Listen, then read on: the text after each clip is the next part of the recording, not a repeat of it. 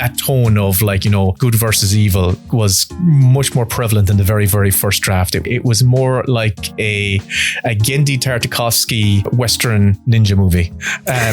Because it was like, we really went dark with the first draft.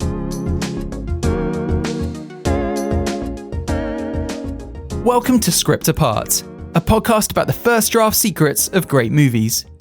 Each episode, we speak to a brilliant screenwriter who's kindly dug out their initial screenplay for what became a beloved movie, discussing what changed, what didn't, and why, from first draft to the big screen. Next up in our awards season mini-series, celebrating amazing movies from the last 12 months, all of which would be worthy winners at this year's awards ceremonies if you ask us, is an insight into the creation of one of the most enchanting animations in recent memory. Released in October on Apple TV, Wolfwalkers is the latest gorgeously drawn and beautifully told story from Irish studio Cartoon Saloon. It tells the tale of a young 17th century girl called Robyn, whose world is turned upside down when she meets Mebh, a free-spirited girl by day and wolf by night. Together they join forces to search for Mebh's missing mother, uncovering secrets along the way that spark a tense standoff between the townsfolk, Robyn's father, the sinister Lord Protector, and Mebh's tribe of wolves. Inspired by Irish folklore, screenwriter Will Collins wrote the movie based on a story by directors Tomm and Ross Stewart. On the surface, it's a children's fairy tale full of adorable animal sidekicks and flourishing forests where there's adventure to be had and magic at every turn. Woven into that fairy tale, however, are themes of environmental concern and empowering messages about following your own path in life. As you'll discover in this episode, Wolfwalkers was almost a very different movie. Will's early drafts flirted with a much darker story, in which Mebh's mother is discovered dead, and Robyn is at one point shot by her own father. Will and I get into all of those abandoned plot threads in this episode, as well as the real-life historical darkness underpinning this magical tale. As you may have already guessed, this is a spoiler-filled conversation, so if you're yet to see this incredible film, press pause now, go watch the film on Apple TV, then come back as we delve into every detail. As ever, if you like what we do, please do consider taking 2 seconds to rate and review us on Apple Podcasts, as that really does help the word get out there about this show. And if you'd like to be first in line to find out what the next film is in this awards season miniseries, follow us on Twitter and Instagram. We're at Script Apart on both. Thanks for tuning in. You're listening to Script Apart, hosted by me, Al Horner, produced by Camille Demek. Hey Will, so great to have you on Script Apart. How's it going today? Hello, Al. I'm doing very well, and I'm thrilled to be here chatting with you because I'm a fan of this podcast. It's great. And we didn't even have to pay you to say that. No, just listening to Bill Wisher that was one of the nicest podcasts I've listened to in the last couple of months. That's so kind of you to say. Well, Will, the last couple of months must have been quite wild for you, no pun intended. Wolfwalkers, of course, came out in October, and since then there's been this tremendous groundswell of people discovering the movie and finding so much to relate to in this story and in these characters. What do you put it down to? Yeah, I don't know why people respond to it. I suppose it's I think one thing, pandemic has helped us. And I think the pandemic has helped us because we've been deprived of big, wonderful adventure spectacles, like classic stories, like in the form that we get in our superhero movies and our big blockbuster movies and whatnot. And so that type of story has been taken away from audiences for the last 12 months. And when we first set out to craft the story back, we started in March of 2013. So that's a long, long time ago. Wow. Our intention was to write a very, very classical adventure story. Like, we weren't trying to break the mold. We were just trying to do our absolute best. And I feel we're giving people that sense of a classical type of story, but told in a characters that you can care about and believe in, and also I think as importantly told on a canvas that's utterly gorgeous and beautiful and rich and amazing to look at, and also an audio landscape with the soundtrack kind of works beautifully with the film as well. and through great voice performances. So I think it's just, we've been lucky, and we worked really hard to tell the best story we could. And when I say we, I really mean all of us. Every single one of us did. So yeah, that's, I don't know if that answers your question, but it's the best I can do. Yeah, it does. I mean, I'm glad that you brought up the pandemic, because I don't know, in my opinion, people were always going to respond to such a beautifully told story. The story and its themes in so many ways are just timeless. But there was something about the moment in which this film arrived that for me gave it like a special extra resonance. I think like watching this intensely moving tale about reconnection with nature and the importance of, you know, some sort of symbiosis with our environment at the end of a year like last year, it felt kind of like a release for me. Do you think, like, is there timeliness as well as timelessness to this film, would you say? Oh, yeah, I absolutely do think so. You know, and obviously we were not fortune tellers, and we could not tell, you know, what was coming down the pipe for any of us. Like, even from a kind of a political kind of standpoint, the themes of paranoia, of authoritarianism and conservatism, that's kind of in this movie as well. And I remember having the instinct when we were kind of like talking about the story, that maybe the villain, the Lord Protector, maybe he would come across as a little bit too Disney villain-esque. And little did I know that in, you know, 5, 6, 7 years later, we were going to live in a world where we kind of have these, you know, dictators in, or wannabe dictators in the world, you know, and for the world to be in that kind of state of affairs. And also regarding the environmentalism, that's one thing that's definitely just baked into the consciousness of definitely Tomm Moore and Ross Stewart, the directors, and they had the original idea for the story, and they are deeply, deeply passionate about environmental conservation and looking after animal welfare and all these sorts of things. So they kind of baked it into the DNA of this story from the outset. It was one of those core tenets. When they sat down to come up with the germ of this idea, they wrote a list of things they loved and things they hated, and they kind of on the side of things they hated was, you know, the destruction of our climate, destruction of our environment, and it was just one of the things that was just baked in from the get-go. Quick history lesson before we delve too much further, Will. It was 2013 when Tomm and Ross first came to you with the idea of setting a movie against this backdrop, right? 17th century Kilkenny, wolves are being hunted down in the woodlands outside the city gates. Was it just that story setting that the guys had? Or were the themes and characters of Wolfwalkers already sketched out when they presented that to you? Oh, well, I have to give them great credit, because they did so much of the legwork in the fact that they came up. They first of all they found this myth, which is a local myth in the kind of the southeast part of the country about the wolves of Ossory, and they thought about this era of, there was a documentary on RT at the time called Wolfland, which is about the decimation of the native wolf population in Ireland, and how that coincided with Oliver Cromwell's campaign of his campaign in Ireland as well. And they thought it was a pretty compelling setting to play out some of these themes of environmentalism. Yeah, anti-conservatism, I suppose, is there as well.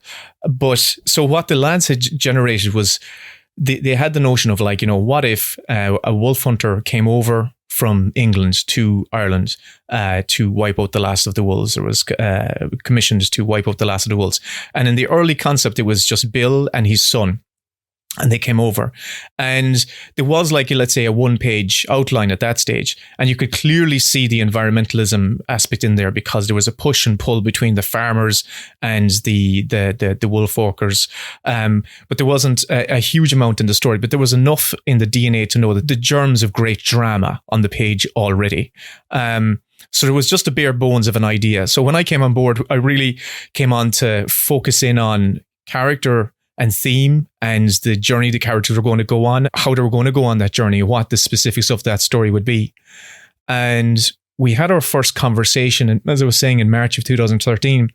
And it was one of those rare days where I'll always remember, there was me and Tomm Moore and Ross Stewart, the directors, and Paul Young, the producer. And the four of us sat in a room, and we spent the day kind of like throwing out ideas. And I think in that conversation, we really started to zone in on the coming of age aspect of it, about how Bill's son really, the germ that we came out with that day was about the son basically coming of age and growing out of the shadow of his father. And it was the idea of this kid wants to be like his dad, but he could never do it. His fundamental flaw was that he couldn't kill. And that became kind of like the basic drive of that first draft. And I remember us walking out of that first meeting, and we had a real strong sense of what the dramatic pillars of our story would be. And it was really it was kind of, I'd never walked out of a meeting like that on the first day going, no, this is going to be really exciting and it's going to be really good. And we wanted to tell a ripping action yarn. We really wanted to go, we're going to go lean into the action as much as we could, because we'd just come off of Song of the Sea. And that was actually still in post-production, still in production at that stage. So that was quite sedate and gentle and fairytale-esque. And so this was going to be a tonal shift. It was going to be heavier, and it was going to be darker and pacier as well. So so that was kind of like the first conversations that we had together. And before you actually sat down to work on the script, was there any level of like research that you had to do? Because, I mean, although this is a fantastical story full of magic, there are real and actually quite frightening real life foundations for Wolfwalkers that I was surprised to find when I was kind of researching, chatting to you. I mean, the brutality of Cromwell and his people, that's kind of known about, but I was amazed in my research to find out that Cromwell really did distribute propaganda leaflets encouraging hunters to shoot people and priests that they might find in the forest because they might be shapeshifters, able to turn into wolves. And of course, obviously, he was just trying to get rid of these so-called undesirables. Yeah, it was incredible. That was those are one of the, for me, in telling the story, I love finding real life, I suppose, clues that will charge the story. And the fact that that Cromwell quite cleverly used propaganda. He literally, like as you just described, he created pamphlets with an illustration on it of a wolf walking upright on its two legs, wearing man's clothing. And he was, as you just said, he was basically telling his wolf hunters, if you kill a wolf, we'll give you, how many ever guineas. And if you kill an Irish rebel hiding out in the forest, we'll give you the same again. And if it's a priest, we'll give you double. So yeah, it was in our culture, I suppose, it's still quietly spoken about the almost genocide that Cromwell tried to enact in this country, and the brutality and how in which he tried to quell the nation.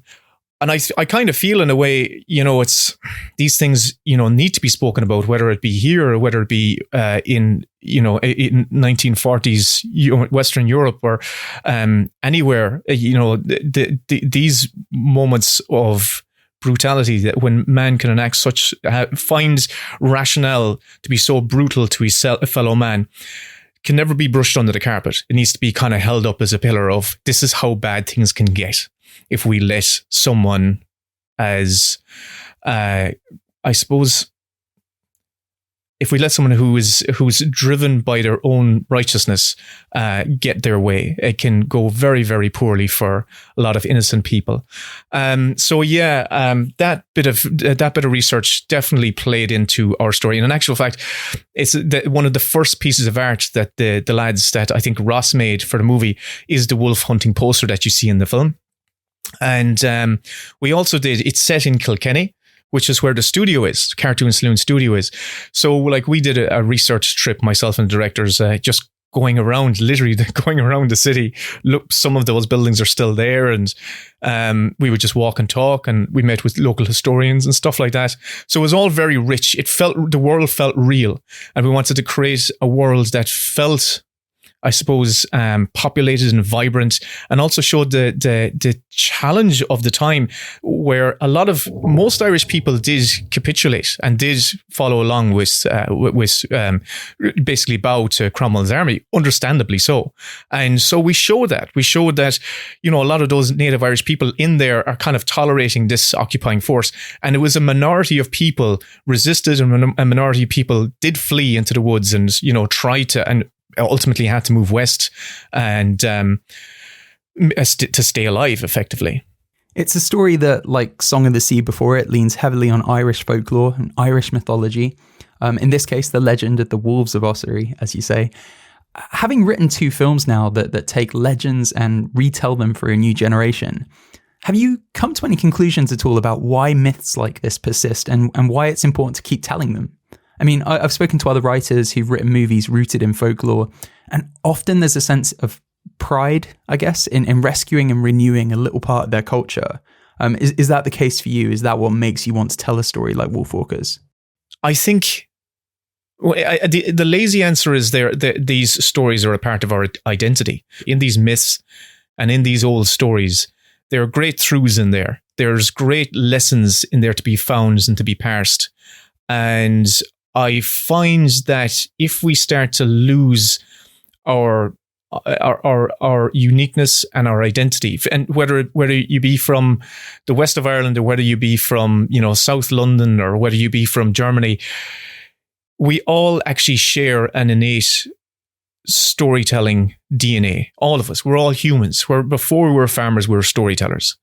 And storytelling, I think, is one of the most powerful tools available to us as human beings. And if we keep a connection to our older stories, we kind of keep our connection to the land around us and to the world around us. And there's I suppose, not to be too I don't want to be too hippy dippy about it, but I feel there's something intrinsic. There's something about keeping our hands to the ground underneath us.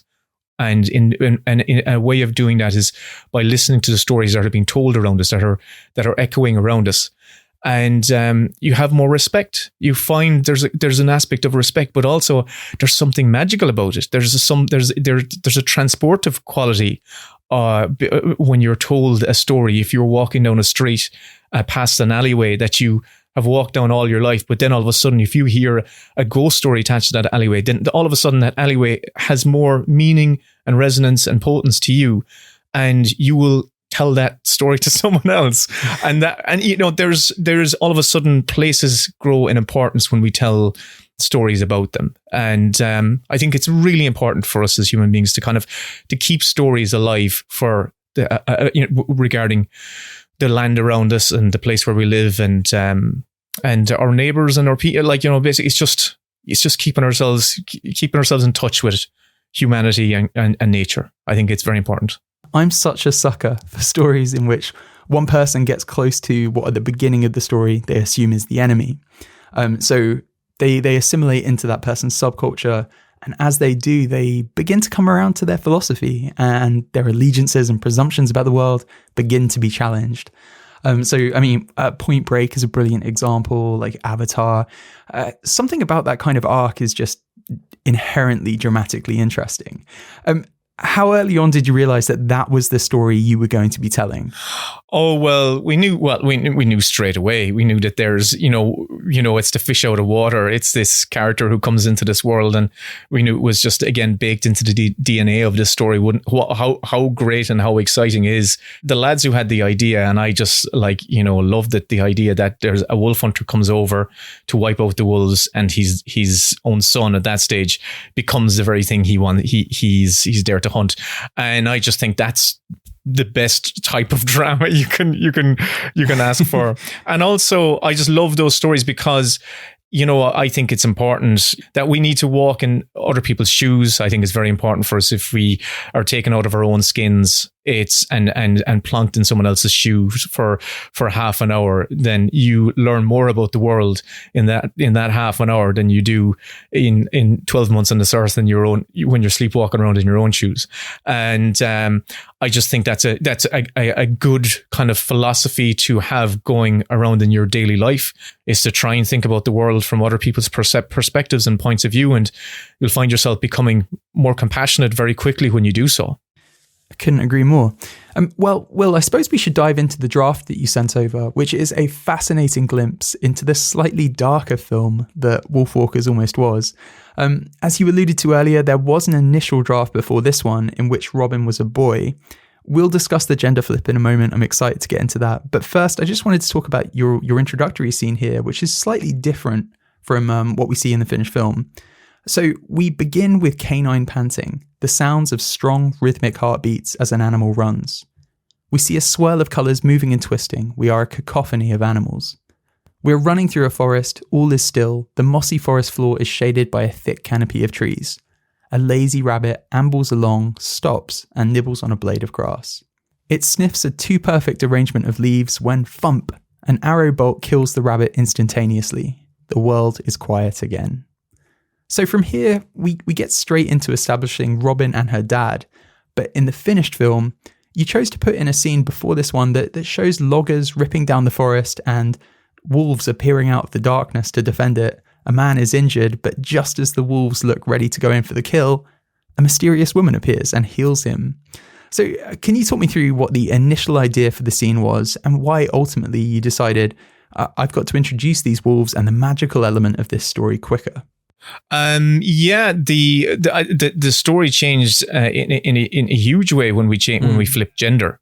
The intention with the original draft was to show Bill and his son as elite wolf hunters, that they are functional. It was I really relished writing the first, and it was in you were talking about an initial draft, and I think that was very, very close in my very, very first draft as well, that I wanted to show the dynamic of who they were, and it was their story. This is where a big shift happened in the story, in the development of the screenplay. The very first draft, and probably the draft you read, was much more Bill focused, and Bill and Robyn, and about their relationship and how that dynamic changes. And with the draft that you just read out there, we were still very much telling that story about the dynamic that they have together, and showing how they operated.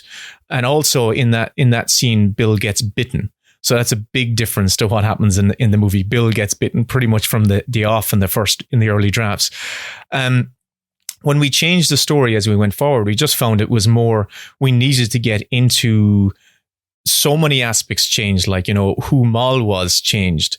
And we wanted to show we knew we needed to set up the magic really early on. That's a kind of a rule I try and apply, is that if there are any rules in the story, that we have to establish them in the first half of those story. We can't introduce any new rules, too late into the script, or else we're just, the audience is gonna feel shortchanged. And so I knew that we had to kind of show a healing scene, because the magic that the Wolfwalkers have is that they can heal. So we wanted to show their power over the wolves. We wanted to show their ability to heal. We also wanted to show the fact that this forest was being cut down. And ultimately, throughout the drafts, we kind of felt that it was more important to show that world being the Wolfwalkers' world, and the world of the wolves being encroached, and how that story is being affected in this world before we are even introduced to Bill and Robyn, because their story changed with gender flip. So that's kind of, I think, what motivated, even though we tried to hang on to that draft, that idea, for several drafts into several animatics, quite far into the development process. We kind of wanted to hold on to the idea that they were still out in the woods before they went into the city, but it ultimately didn't work, and wouldn't have worked for the story we ended up telling. I guess before we get to the motivations behind the gender flip of the character of Robyn, I guess it's important to address, like, from what I've read, Will, the character initially was very inspired by your own experiences in childhood. You brought these kind of seeds of autobiography to the table when developing that character, and that's why Robyn started off as a boy. Have I got that right? Oh, well, the guys had it. You're definitely right in that I would have brought my seeds of my own character to all of these characters. But it was Tomm and Ross had Robyn as a boy from the get-go. I suppose when I was developing the relationship between Robyn and Mebh throughout the story, I was, I'm a writer, and my main resource for kind of like emotional references, or real life references, are, first of all, I'll go to my own life. And in my own life, I grew up in the countryside, and I think the relationship I pulled from was like my relationship with my neighbor Shirley Crimmin, and we would we were like best buds at the weekend, where we would just go on adventures up into the fields and disappear into our own little worlds. And, we kind of had our own little universe, which is kind of similar to, Robyn and Mebh ultimately. So yeah, I kind of pulled from that sort of stuff. And, so I don't know if that answers your question, but yeah. So what was it that you were bumping up against with Robyn as a boy? Was there something in particular that wasn't clicking? Or was it just a case of realizing that there's more dramatic potential in having Robyn be a girl, given the attitudes of that era, and specifically the attitudes towards women? Basically, after the first draft that we were we sent it out to a few people to get notes from. And I personally knew when I was writing the Robyn Mebh dynamic, when they were a boy and a girl, it just wasn't sitting right for some reason. Their exchanges, it kind of even though I didn't write The Secret of Kells, it reminded me of The Secret of Kells in a strange way. The dynamic between young Brendan and Aisling out in the woods, and I kind of felt there was a repetition going on. And once we'd sent the script out, we got the note back from several, we sent it to kind of like a kind of a close group of collaborators that people that would have that we trusted, and a couple of them had come back with just a simple note of, what if Robyn was a girl? And we literally just sat there and we just kind of looked at each other and just said, what if Robyn was a girl? And the more we thought about it, and you run through the movie. Well, we kind of ran through the movie in our minds, and we just went, well, this will be better, and that will be better. The drama will be better. And so basically we could see that the story was just going to be more impactful, but more importantly, the relationship between Robyn and Mebh felt fresh, and it felt different, and it felt like itself. And for me personally, it felt more like the relationship I knew myself growing up, that kind of platonic friendship, another way between two kids, kind of from totally different worlds. And it just resonated better, and it resonated throughout our story. And as a result, once we made that small little shift, it was the easiest note to take on board. We all agreed pretty much quickly. We all went, yeah, that'll work. But it really was like turning a cruise ship, because the original draft was, as you know, was written with a boy in mind. But when you take a boy out of that world, the expectation of a boy in, Cromwellian society back in 1650 is much different from the expectation of a girl in that same time period. And all of a sudden, the expectation of that character changes, the way the world views that character changes, but also some of the aspects of our story had to change as a consequence. And what I would say is that more opportunities revealed themselves as we went further along in the development of the story to really, hammer home the drama. And I feel like, it was the best, it was the biggest note we ever had in developing the script, but it was the easiest note to take on board. And yet it was also the most difficult note to implement moving forward. But it ultimately made for the best version of the story, I feel. Yeah, I can imagine. And I guess with the boy version of Robyn, yes, you had a kid who, like all kids, is trying to figure out their place in the world. But by making the character a girl, there must have all of a sudden been so many more dimensions to that struggle that you were able to throw into the mix. I mean, there's a wonderful bit in the draft that I think, actually does make its way to the final film. Bill tells Robyn that she can't come on hunts anymore. We all have to assume new roles, he tells her. It was fine when you were a little girl, but now that you're getting older, it's better that you dress and behave more ... appropriately. Robyn tears up and asks, like a maid? I mean, there's so much heartbreak wrapped up in that tiny scene. This girl who longs for one type of life but fears that society won't allow it.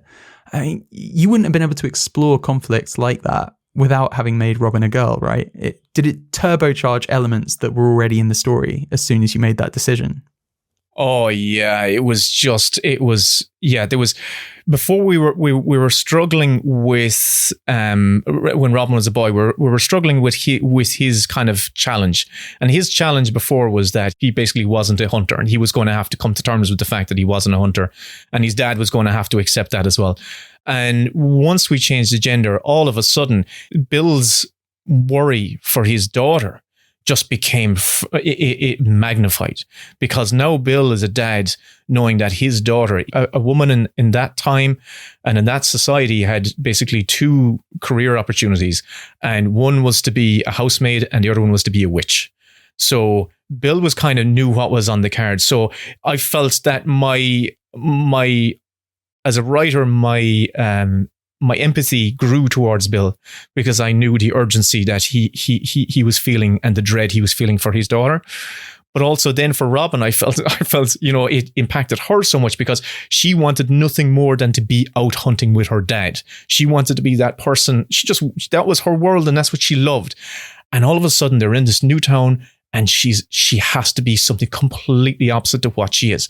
And it was so potent. It was once those ideas popped out or was spoken or verbalized into existence, it was, everyone was in immediate agreement of like, yeah, that's way more interesting. That's way more exciting. And it will tell, make the story charged in a far more engaging way. So, it took a lot of conversations, but these were all great revelations. These are all, as soon as you have a good idea, it comes out and you go, oh yeah, that's great, but they don't come like over one meeting.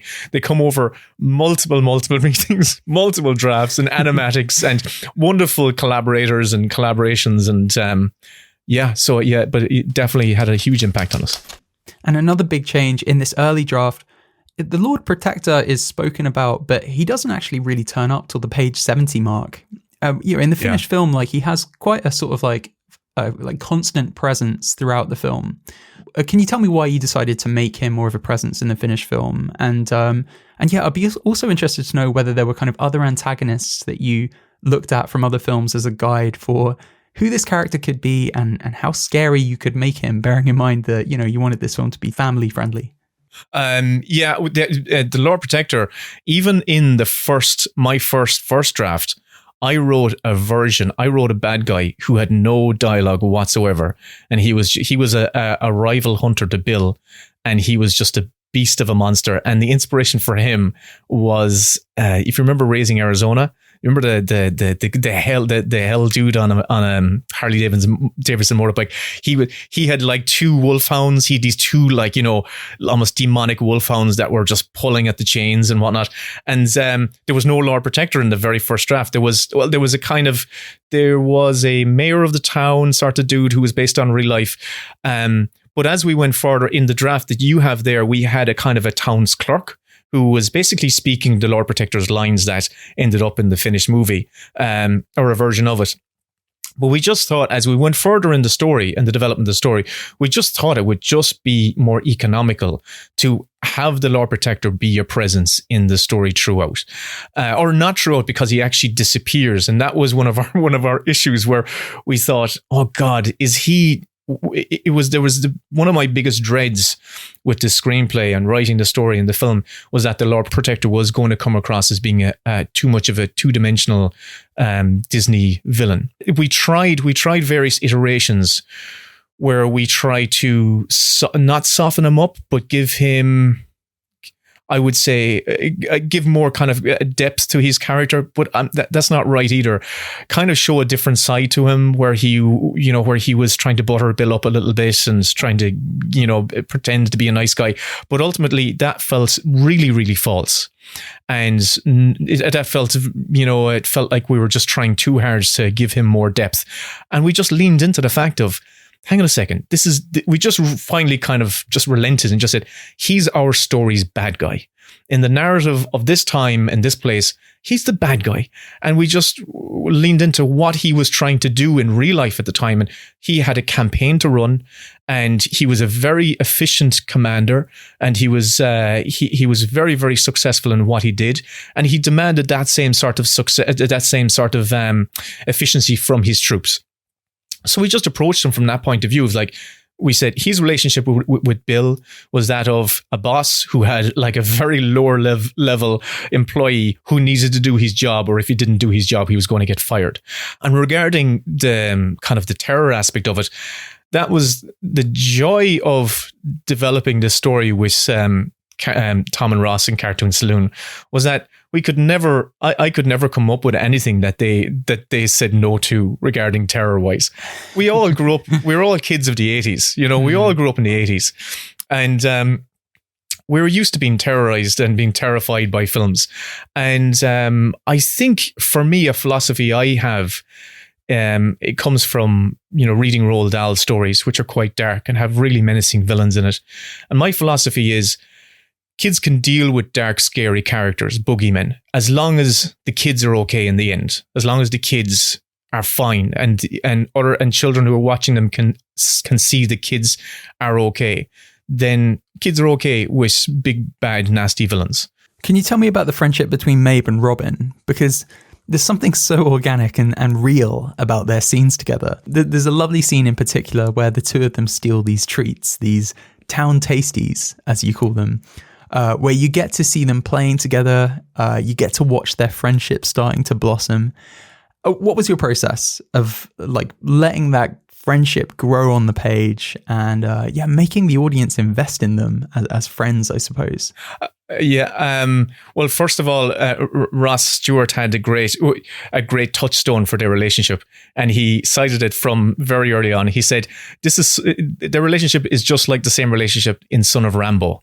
You know, in Son of Rambo, there's these two kids, you know, one's, you know, this kind of like, from a devout Christian family, and then you have like the kind of crazy the other kid, and one is just really straight as an arrow, quiet and follows the rules, and the other one is just wild and impulsive and bombastic.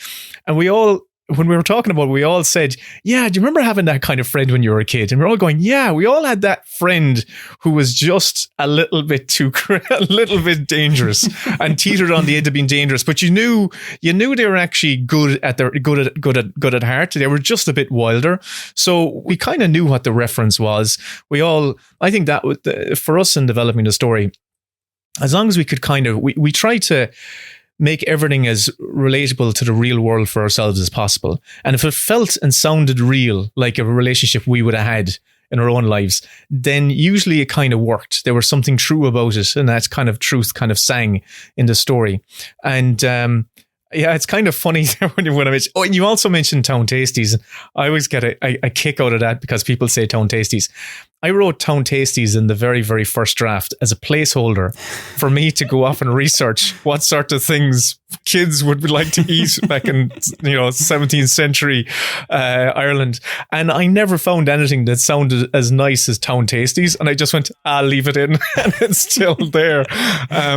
So it gives me a kick when I hear people say Town Tasties, and that was just me. That was just me being lazy. So it was really, we were inspired. Son of Rambo was a touchstone story for us regarding that relationship. So it's around 30 pages in when you then begin to kind of tease out the concept of Wolfwalkers. How did you do that, changing into a wolf, asks Robyn. I'm a Wolfwalker, replies Mebh. When I'm awake, I'm like this. When I sleep, I'm a wolf. It's way better than living down in that stupid town with all those stupid kids. This is kind of like the concept at the heart of the film. And it's also brought to life so beautifully. Like, you lay out on the page this amazing sense of what it would look like visually, seeing through the perspective of these wolves, the way they can detect smell and so on. How did you crack that particular element of Wolfwalkers, bringing the concept to life visually and sort of laying it out on the page? Oh man, that was one of those ones that I only started to rethink about recently when we've been doing interviews, because this whole film was such a collaborative affair between myself and Tomm and Ross, and eventually like all of the editors and assistant directors, like literally so many people came into the room eventually that you just it's so hard for us to keep track of who had what idea early on. But what I do remember is that when I was writing the very, very first draft, we all knew that we all agreed and knew that Robyn was going to change into a wolf at this point in the story. But I remember coming to writing the script and I just went, oh God, how is that going to look? Like, how do I write this? Because we never had the discussion of what this would be. And up to this point, because I'd previously done Song of the Sea and seen everything they had done, I had an idea and I'd seen their art design of what that could potentially be and what the scene could potentially look like. But when it came to this, I went, oh, this really has to be something new. So I just I remember having the idea because I had to express it on the page. So which doesn't mean I had the original idea, because I can't remember who had the genesis of the idea. But I just went, okay, what is it like for a wolf to see the world? How can we articulate the way a dog or a canine perceives the world? And I went, well, it's primarily through scent, and their scent is like a way of seeing through time. So I said, imagine, well, what if like all color is drained from the world and we just focus on the scent and the sounds and the smell and focus in on that. And so I just threw down my best guess of what that would be. And I swear to you, I never imagined when I was finally showed because they developed that quite late on. They actually, because it was a whole different type of technique developed by a different Evan's his first name. I can't remember his surname. Sorry, Evan. But when I saw it, it's like almost like a 3D CG, it's not CG, but like a 3D perspective thing. And when I saw the first animatic of that, I just was blown away. I just went, oh my God, you did it. In my head, I knew they had to do something different, but I had no idea how they were going to do it. I just knew it had to be about scent, and it was about revisualizing how we see this world. All I put on the page was my suggestions of how that could be achieved. And they adapted that, took those suggestions and did something greater than I could have imagined. And it really is beautiful. I think in the finished film, what they executed was, it's just truly, it was one of those joyful surprises for me that they pulled it off. It was great. I bet. And we should discuss a major change that you kind of touched on briefly at the top of this. In this draft, there's a character called Moll, but she's not Mebh's mother. In the words of Mebh, she's just an old biddy who lives out here, but she makes these really nice apple tarts, so I don't let the wolves kill her. Mebh is waiting for her mother to come back, but we'll learn later on in the film, Mebh's mum is dead. Robyn discovers her pelt on the wall of the Lord Protector's house, and she has to break the news to Mebh. And obviously, of course, Robyn's mum, it's implied that she's dead, and or she's certainly not in the picture when we join this story. Yeah. So they kind of have that in common. This entire story thread, obviously in the finished film, it's, Mebh's mum is dormant, and there's the sense that her spirit hasn't come back to her body. And that gives like Mebh kind of a really clear drive for the film, and it gives them a kind of rescue mission to go on. Talk me through like that change and why it was. Did it just feel cleaner? Did Mebh's mum being dead, was that just too dark to do? Or what was the inspiration here? Oh, well, I'll tell you what was too dark was when I wrote the very first treatment, which I never submitted to the lads. Moll, Mebh's mother, I had the two kids standing over two freshly dug graves. And it was like, Mebh buried her mother, and Robyn's dad died. And I remember even writing it, I just went, no, not happening. We can't do this. And there was just this impulse where I just went, we need to end this story on an upbeat note. We really just need to end this kind of trilogy where people don't die and we can kind of save the day and actually have a happy ending. Really, the evolution of changing Moll was all down to trying to make Mebh's motivation a lot clearer, right? And make her emotional journey, developing her character and making her emotional journey a lot more potent. In that draft you read there, we still had we still had the idea that Mebh was hanging on and waiting for her mom to show up and looking for her mom. And Moll was there from the very beginning, and Moll was kind of like this bridging character where she was kind of like a surrogate mother for Mebh in a way. And we just had the idea of like, hang on a second, who is Moll? The more we questioned who is Moll, it was again in a story meeting, we just went, can we just make Moll her mom? And can we just have it that Moll was captured just before the story began, very like before the main events of our story begins. And as soon as, again, it's like the note of changing Robyn from being a girl to a boy. As soon as it gets thrown out, it's thrown out very quickly, but immediately, it's a sign that you're working with good collaborators, because we all just agreed pretty quickly that was a good idea. That was going to make our story much more engaging, give her, Mebh's motivation, a greater potency of like, if you have her mother in a cage, Jesus, isn't that powerful? But also if if she's going back to her sleeping body, then that's also powerful. So it gave her motivation a real clear direction, and it gave when Robyn in the finished film, when Robyn encounters Moll as a wolf trapped inside the Lord Protector's chamber, when she finds Moll there, then that gives her a mission, a kind of an alternative mission. So we just it just made our story work better for a number of reasons. From all our characters' points of view, it complicated the drama for both, definitely for Mebh. It complicated her drama because she knew that there was a life at risk. There was two lives at risk. There was Moll's, who was in a cage, but also there was Mebh's. And Moll gives her information, which is tell Mebh to get the hell out of here and forget about me. And it just was more exciting and much more interesting, and gave her.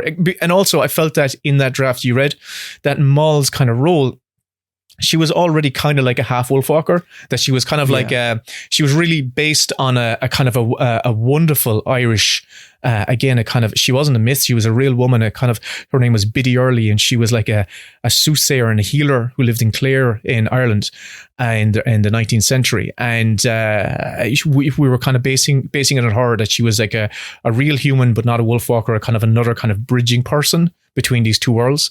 But ultimately for our story, it was more economical, much more enjoyable, and it was just easier just to conflate them into the one. Like we did with Lord Protector, we just conflated the clerk and that hunter into the one character of Lord Protector.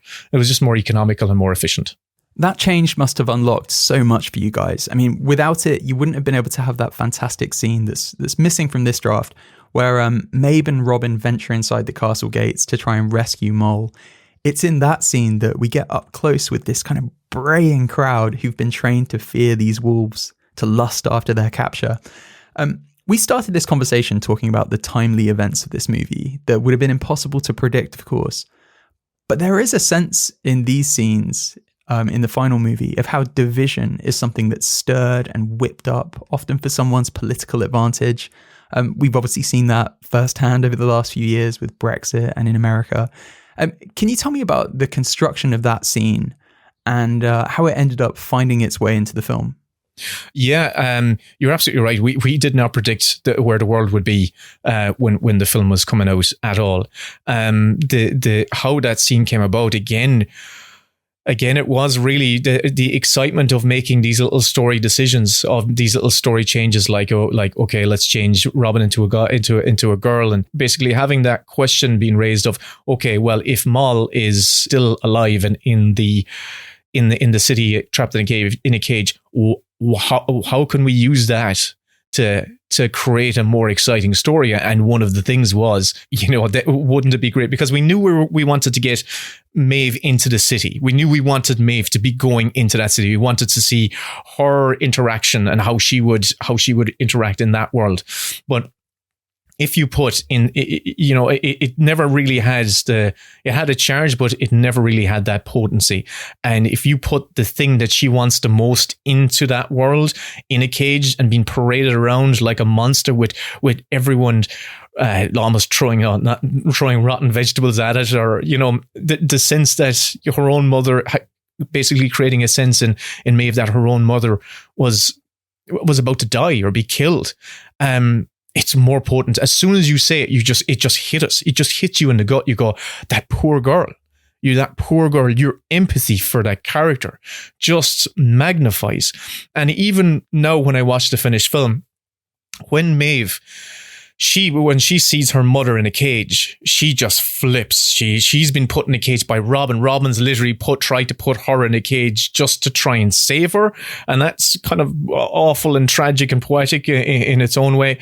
And when she explodes out of that and she goes, charging up onto that cage, it's really, really heart-wrenching seeing a girl being torn apart from her mother. And then the anger and revenge and lust for blood that she basically calls upon, that she produces from her soul, is just so potent and powerful that, once you even start throwing these ideas out, you can almost feel it in the room. You can feel the energy of these ideas of like, oh my God, you can kind of see it playing out in your head, and you're going, oh my God, like, what if this happens? Oh Jesus, yeah. And there's a real, energy when a good idea comes out, and it's almost like you can't get it done quick enough. And that certainly was one of those moments where it was just a wonderful knock-on effect of making a good story change.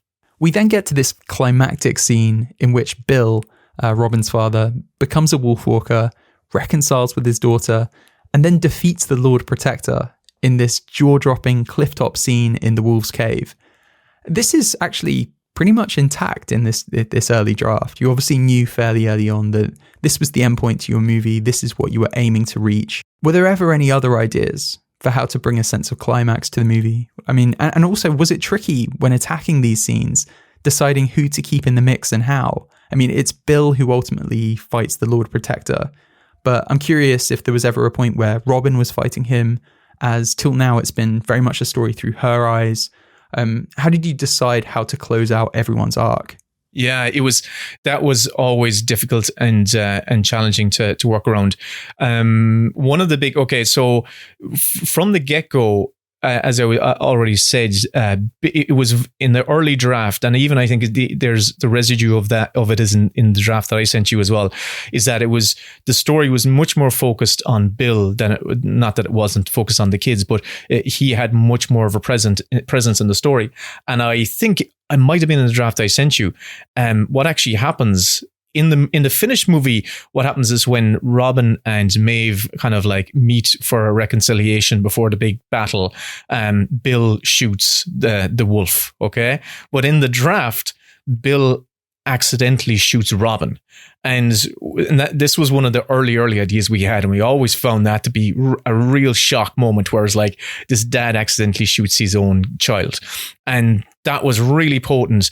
But what ended up happening was I felt that Robyn's arc kind of had been completed, because Robyn effectively chooses, to become a wolf, chooses that world over the world of her father and the world of the Lord Protector, and makes a big decision to leave that world behind. And I kind of felt, my argument at the time was that, well, her arc is done now. Let's see Bill's arc be completed. Let's give Bill the opportunity to see if he can change, if his character turns, really, because we had him been bitten from the very first scene, and he had spent the entire script fighting against the impulse to turn into a wolf, whereas Robyn gets bitten and she kind of pretty quickly succumbs to it and loves it. But Bill spends the whole movie kind of fighting this kind of like insanity that he feels is over, or even witchcraft that's overtaking him. But we, it came in from notes that I remember sending the draft out, and some people coming back saying, "Oh, look, and you've got your hero, and she's asleep in a cave, and she has no agency in the final climactic act." And once I thought about it, I just went, "Yeah, you're absolutely right." I was like going, we really needed our hero to be a hero. So a lot of the stuff, we just basically embraced the fact that Robyn's going to be a kick-ass wolf, and she's going to lead her own army of wolves out to defeat the bad guys and take down the Lord Protector and his forces. But those were the kind of that was a big shift. But ultimately, we still kind of had our cake and we made our cake and ate it. I'm mixing my metaphor there, but ultimately, I'll retake it. Ultimately, we kind of were able to keep that original idea, because ultimately Bill does actually change into a wolf, and Bill does actually choose a side, and Robyn also we still were able to maintain Robyn being a heroic wolf hero at the end. I kind of, it was the best of both worlds, really, some of the decisions we made, in the second half of the development of the story. Well, there you have it. There's an even darker version of this film that could have been. Wow, you're a real monster, Will. I had no idea. Yeah. We went dark. We really went dark with the first draft. My very, very first draft, tonally, was, I would say, it was more like a Genndy Tartakovsky Western ninja movie. Because it was like, in actual fact, it was much more like in the final act right now, that tone of like, good versus evil was much more prevalent in the very, very first draft. It was it was probably only like 95 pages long. It was a very lean, like, tight, small story. And, as we made the changes, the story got a little bit bigger, more elements were added. But I ultimately think, all of the decisions we made ultimately, resulted in a much better story and a much more compelling story. So I was, it's just been a wonderful kind of process, and it's I'm really grateful that the film that we have is the film that we have. I heard you describe elsewhere, Will, that your approach to storytelling is often to establish in your character a deep, painful truth that the story will expose and force them to confront. So that's obviously a through line in your writing. You try and bring that to all of your work. What do you think is so effective about that as a narrative template, and how do you apply it to Robyn's story here? I was so fortunate in my very, very first script that got made. It was actually probably the second feature script I ever wrote. Got produced, and I feel the reason it got produced was because in writing that it was partially autobiographical, and there was what resonated about that story was the fact that there was I revealed a painful truth about myself that was a surprise to myself, and it became the germ and the seed for that particular script. And that was the thing that resonated about that story and resonated throughout the development of that film, and it ended up being in the, kind of still there in the finished film. And we had the same thing happen on Song of the Sea, where we had, myself and Tomm collaborated on that. And we had so many drafts where we had these kids going on a kind of a wild magical adventure on a Halloween night. And they encounter these amazing, fantastical characters from Irish mythology, but there was something missing in the early drafts. It was meandering, and it wasn't until I actually came to our biggest and most inflated draft, which we called the Fat Baby, or I nicknamed it the Fat Baby, and it was in the writing of that draft I discovered the painful truth of that story. And the painful truth was that Ben, the protagonist, the young boy protagonist, blamed his sister for the death of his mother. And once I kind of hit on that gave the rest of the story a true line, an emotional true line. And it gave the central character a very clear journey, a very clear arc. Because ultimately films are only, if you're lucky, they're 2 hours long, but ultimately, for an animated movie, it should be about 90 minutes long. And you don't have that much time to tell your story. So you have to be very economical in the storytelling. So once I have that in my head, once I have what a character's painful journey is, or painful truth is, you can kind of reverse engineer that and bring it back to the beginning. And I think for Robyn, for me, Robyn's, and I think it was there from the very, very beginning, was that Robyn's painful truth is that is for her to come to terms with the idea that her dad is wrong, and that she has to break away from her dad for her dad to be her true self. And that was there, I think, even when Robyn was a boy. And I think it's still there in this draft, where you literally, I think it was beautifully expressed in the film. And we kind of, when we were developing the story, myself and Tomm definitely, and Ross, we anchored our story about on cinematic moments, and really moments that expressed great emotion, and it was beautifully cinematic. And one of the moments that we hit upon, I suppose maybe around the time we were developing the draft that you got, was the idea that Robyn is in her, that Bill is holding on to Robyn in his arms, his human daughter, and he's holding in her arms, and he's not holding her as an embrace, but he's restraining her, and she literally chooses to leave her body to be the other form. And we always thought that was a really powerful, emotional moment that expressed everything that needed to be expressed about her character and her character's journey, which is her breaking away from her father. And ultimately her father realizing that he has to follow her because she's right. and he will go anywhere to follow her. So that helps me in developing my stories, something I still lean on today. And is that why there was no mum on the scene? Because it's that realization that Robyn has to come to is all the more heartbreaking if her dad is all she has, right? Mm-hmm. Yeah, absolutely. That was the way it was from the very beginning, that it was just the two of them. And so when it's just the two of you and you don't even have a home, all your universe is each other. And so, that was always a constant. Their universe was each other. And this is about Robyn coming of age and expanding her universe. And she needs to make her own universe, which is a painful thing in anyone's life, in the life of any parent and child, where we have to come to terms with the fact that our children are going to outgrow us. And that's, it's a sad thing to have to come to terms with, but it's a part of life, really, isn't it? Yeah. That's just one of the things that's so wonderful about Wolfwalkers. Like, there are so many messages in there about the environment and about family and about following your own path that are just very teachable to young audiences. Is that part of the attraction of writing movies like this for you? Like, because when I think back to my own childhood and the movies that I loved then, so many of the beliefs and attitudes that I think I've carried forward into my adult life, I can kind of trace back to some of those films.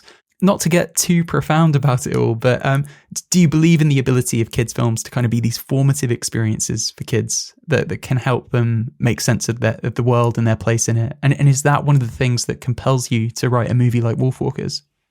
Oh God, yeah. Like, stories are so important to all of us. I'm so glad that the family films that are coming out right now, like these films are being made by Pixar, are, I suppose, really handy, entertaining tools to help aid young people grow into rounded adults. To, like, for instance, Inside Out, Genie Mackerel, Inside Out, what a great tool for anyone. What a great a toolkit to be able to figure out what's going on in all of our own heads. Everyone should look at Inside Out and have an education about what makes us think. And I feel that all of the best family stories, not families, just all of the best stories have a good message at its core, a true message, not a cynical message, not one that's just basically not one that's a story that's empty just and exists just for the purposes of making revenue, but truly has something that needs to be said in the world, because that's what stories, that's the intent of stories is to pass on knowledge, to help learn, to help grow, to caution and to be better humans. Really, the best ones tell us how to teach us how to be better humans, but also entertain us and dazzle us and inspire us. And so my life was, some of my best teachers were, I'm trying to think now, but Roald Dahl is one, and movies that I can't reference now, E.T., for instance, and so many films from my childhood really were great touchstones and helped me, get through my childhood and become an adult. Well, I'm sure Wolfwalkers will have a similarly powerful impact on just so many people, so many kids. Will, I shouldn't take up much more of your time. It's getting late and we've all got town tasties to be having for dinner. Can you tell us, before you leave, what you've got coming up and sort of where you go from here? This film has made such an impact. People have been sort of finding so much to celebrate in it. How do you follow this up? What's next from you? Oh, it's bittersweet, really, because it's sad that this is the culmination of Tomm's and Cartoon Saloon's kind of Celtic mythology trilogy, and it does, it's a very neat way of finishing it. So there won't be any more of this trilogy in its way is finished. So, I'm so proud to have written 2 out of those 3 films. I'm really, if my career ended like now, which I hope it won't, touch me wood, I'm very, very proud to have written those films and been a part of those projects. Well, right now, what the next thing I'm working on, like right now, that I can talk about is, I'm adapting a beautiful graphic novel written by Ryan Andrews. It's called This Is Our Pact, and it's been produced by Peter Dinklage, and Peter Dinklage is starring in it, and it's been directed by Ken Duncan, who is a veteran animator from like a lot of the classic Disney movies from the 90s, and he's done a huge amount of amazing stuff. So it's a really beautiful, a kind of a coming of age story, but set in a very unique, wonderful place. But again, it's a very honest, true depiction of friendship, and I'm delighted to be working on that right now. So fingers crossed, I'll keep telling stories, and it would be wonderful. Look, listen, I had a wonderful time working with Cartoon Saloon, and I'd love to be able to collaborate with them again in the future, and never say never. So yeah, just hope to keep telling stories, really. Absolutely. Well, Will, this has been so much fun. And as I've been saying all the way through this conversation, I really do adore this movie. Thank you so much for coming on Script Apart to talk about it in such detail. It's been fantastic having you. Well, thanks for having me. Again, I'm a huge fan of this podcast, so it's an honor to be asked to come on and keep making the shows. You're doing something very useful for other screenwriters out there. That's so great of you to say. Awesome. Well, thanks so much, Will. Cheers, Al.